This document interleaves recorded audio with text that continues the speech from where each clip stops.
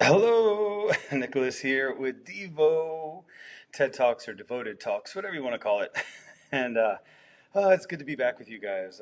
Those of you who are watching on video will see that I have my contacts in. This is the first time I've worn my contacts in like 3 weeks because it's pollen around here and the allergies subsequently affecting me caused me to be unable to wear them. Like I woke up every day with gunky eyes and it felt like sandpaper had been rubbed against them, and man, it was rough. And it got me to thinking about these things that are ambient seasonally or ambient in our lives, just in general, and the different effects that they can have on our body as we come into contact with them. So replace allergen with that annoying person at work or a certain group of people that have particular viewpoints that you don't agree with and yet get exposed to regularly. Thinking about politics. You dig? So anyway, as I'm thinking about this, right, environmentally, we know it's coming. Like we know when the political season's about to start. We know when pollen season is roughly about to start, although this year, for me, because we had a colder winter in North Carolina where I live, it came a little bit later and it had not much more of a punch when it came. Whereas several years ago, it was in February, which was crazy early. And so every year I feel unprepared. But I do this time, other than fatigue and then the like eyes, I didn't have as bad a reaction to it. And I'm not exactly sure what to attribute it to. So I will get back to you on that because I really need to put on my Ayurveda thinking cap to figure that out. So anyway, talking about things that we come into contact with that happen in an ambient way, right? Ambient just means your surroundings. And so there's going to be opinions ambiently around you. There's going to be people ambiently around you. And yes, to some degree, you can try to accommodate that, going out at times that you're less likely to encounter those people or not going to certain social situations so that you don't encounter those people. But like pollen, for instance, I work at a studio that does hot yoga, and it gets warm in here, and I like to have the windows open, but doggone it, you know what that pollen does? It just comes right in. And to one degree, it's great because I love the feeling of the air, but to another degree, it also causes me troubles. So, how do I deal with that? Another thought that comes to mind is friends that I have that are allergic to strawberries, but they're like, dag nabbit, I think it's worth it to have an allergic reaction to it because I want to taste the strawberry. And so there's different levels of why we choose to come into contact with things. Sometimes we can't help it. Sometimes we choose to because the benefits far outweigh the losses or the detractions or the cons. And so we have to weigh it out and we make a choice. Now the biggest thing is owning that choice. Like for instance, if I go out and breathe the pollen in for long periods of time and then the next day I feel bad, well, I went outside and I breathed in the pollen for a long time. And so that requires ownership. And ownership is really being in your authenticity. And being in your authenticity is really what yoga is all about, right? You're yoking with self. You are coming to the point at which you are fully and truly yourself. And in that position, you come to know all things because you start to realize that you are no different than the things around you, then you are no different than the world and the universe and the existence around you. And the inner reflects through the outer, and the outer is just a reflection or projection of the inner. I love it. It's great. But what does that mean? It means all these agitations in your life come from something inside of you. Now, some of you are going to be way more resistant to that idea, and I get it. I'm a scientist. I'm a trained scientist. I can't quantify half of the shit, half of the stuff, whatever, that I say because it's an experience, and therefore in that experience, it's definitely real for me. But from a functional, empirical standpoint, does it exist? Can you measure it?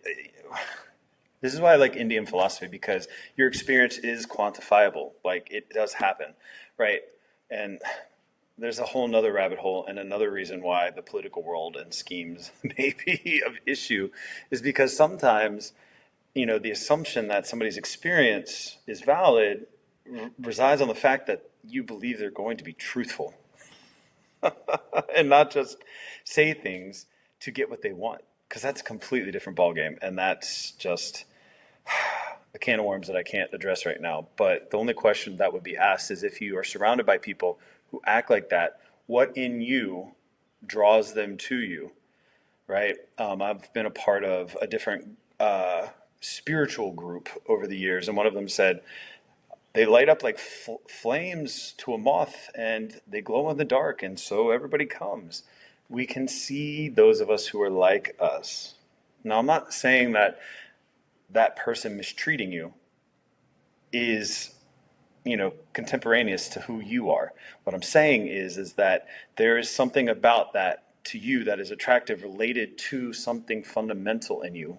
Maybe they remind you of a parent or a sibling or something or someone in your life that you resonate with because of familiarity or whatever reason in your life.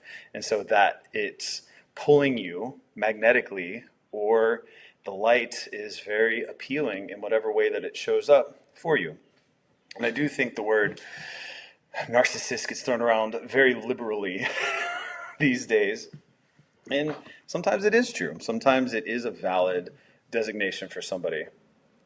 But in reality, just because somebody doesn't agree with you or says things you don't like doesn't make them an abuser, doesn't make them a narcissist. Narcissists are a very, very specific archetype, and be careful in designating somebody that, because again, what does that say about you? Or what does that mean about you? And why are they around you, right? We say they predate on people, but why are you the prey? Why would they identify you as prey, right? Have you used words like, I'm trusting and I just want to help people? Yeah, not bad things. But how are they finding you? And what are you putting out there about yourself that makes them come to you? So anyway, coming back to ambient exposures, what can you do about it? Get educated. Why? Why is it out? Can you take the time during that time period to stay indoors and do things that reduce your exposure, whether it's to specific people or pollen? There's how much you could do to avoid pollen in North Carolina when it drops, because there's two types. There is the pine pollen, which is big and thick and yellow, greenish, whatever. And then there's the flowering tree pollen, and that's what always gets me. I'm also allergic to grass. But when that one hits, I'm like, ooh, and it feels like somebody drives a railroad spike into my brain. And then I have to take medicine because I have only found a specific chemical remedy that works on, the rhinitis and the headache and the histematic reaction I have to it. But that's neither here nor there, right? I am sure if I got myself into more balance Ayurvedically, and I'm working on it, I am just a humble student of Ayurveda like others.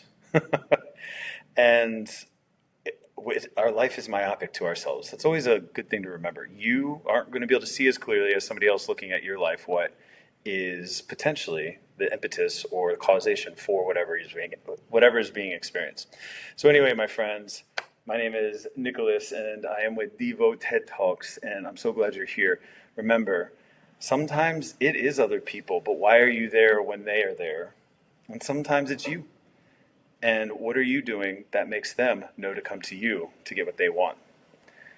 These are tough things to think about, but guess what it does? It puts you in power. And that's what I'm looking to do. Help people be empowered, enlightened. This is Nicholas, DIVO-Ted Talks. Namaste.